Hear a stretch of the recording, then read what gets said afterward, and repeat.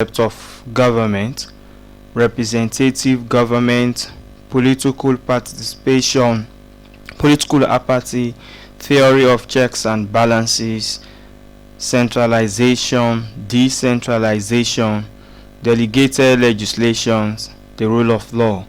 These are some of the topics that are made up of basic concepts and principles of government.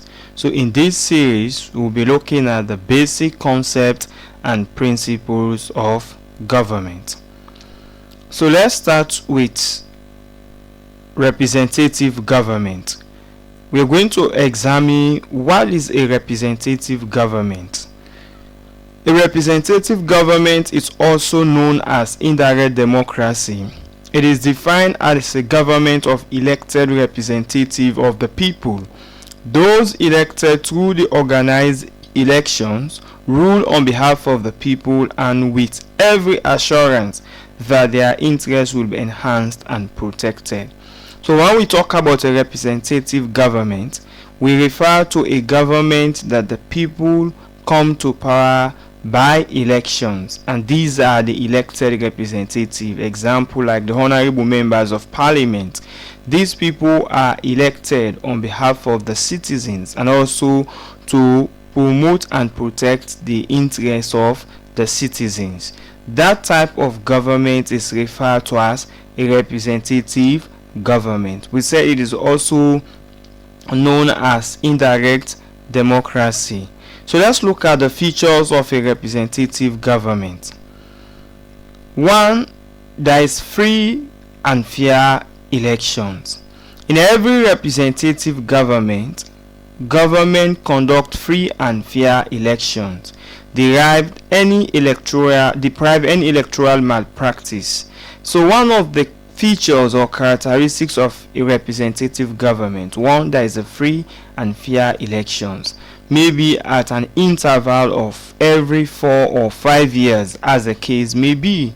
That is one common characteristic. We also have a periodic elections. Elections are conducted periodically in some political system. It could be every 4 or 5 years. Of course, another features of representative government is press, the free press. That the press should be free so as to be able to disseminate information to the people on choice of candidates and political parties. We also have a press freedom in representative government, such as the newspapers, the television, the radio stations. They are at liberty to disseminate information about people or candidates or political parties. That is another features or characteristics of a representative government. In fact, some countries, most of these political parties, they own radio stations, they own television stations or newspapers. Another feature also, we have independent electoral commission. This body is in charge of election and should be independent, impartial in the discharge of its functions. We also have an independent electoral commission that is devoid of control from the executive arms of government in order to conduct free and fair elections. Then of course we still continue with the characteristics or features of a representative government. We also have the existence of law courts. People should have free access to the court when they are aggrieved. Also, there is the existence of rule of law. The provision of the constitution as well as laws of the land must be observed by both the rulers and the ruled. Freedom of choice. The people should have free choice to make when deciding for political parties and candidates. Of course, we have well-defined electoral constituencies. These will promote efficiency in elections and possibly help to defect electoral malpractices. So we have the existence of a law court in a representative government. If you feel your fundamental human rights have been violated, you are at liberty to seek redress in a competent court of law. There is the existence of the rule of law. That is, there are provisions within the constitutions with the well established laws of the land, which both the rulers, that is the government, and the rule must be observed, that is the citizens. That is another common characteristic. There is a freedom of choice.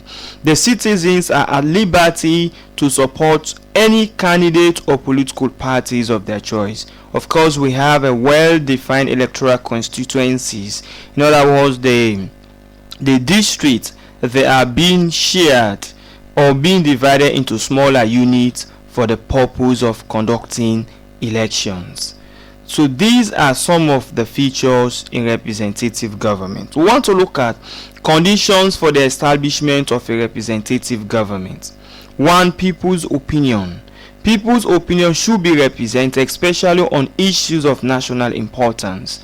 People should be free to criticize a government constructively. So if countries are to practice representative government, some of the conditions that are necessary: 1.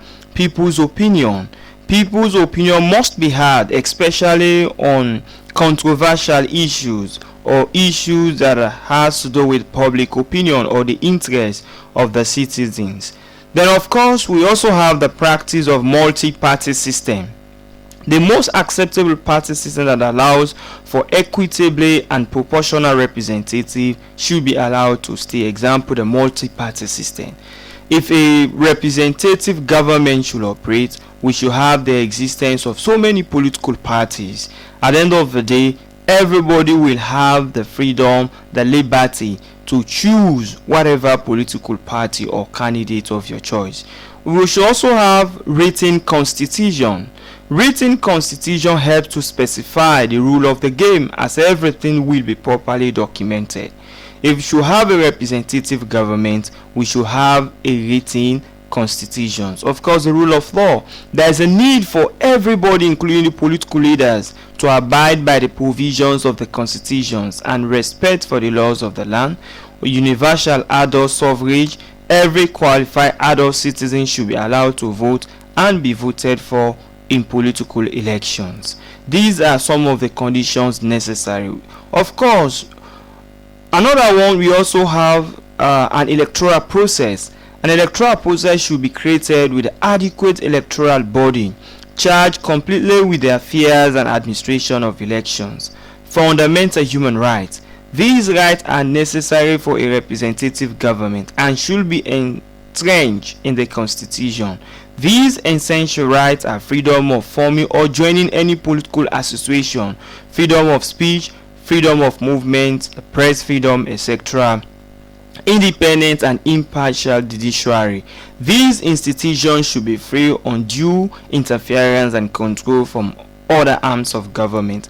Example, legislative, executive. So these are some of the conditions necessary if we are saying we want to practice a representative government. 1, we have to ensure that there is an establishment of a rule of law, because it will clearly stipulate the tenure of office of the president. It can also clearly stipulate how to govern and how to rule.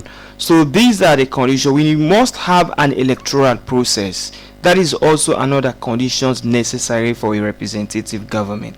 An electoral process should be created with adequate electoral body charged completely with the affairs and administrations of elections. We should not have, when we have elections, we quickly mobilize people. No, there must be an established institutions. Like for the case of Sierra Leone, we have the Electoral Commission of Sierra Leone. It is an established institution. That means there is an electoral process because we have an institution charged with that responsibility. Fundamental human rights.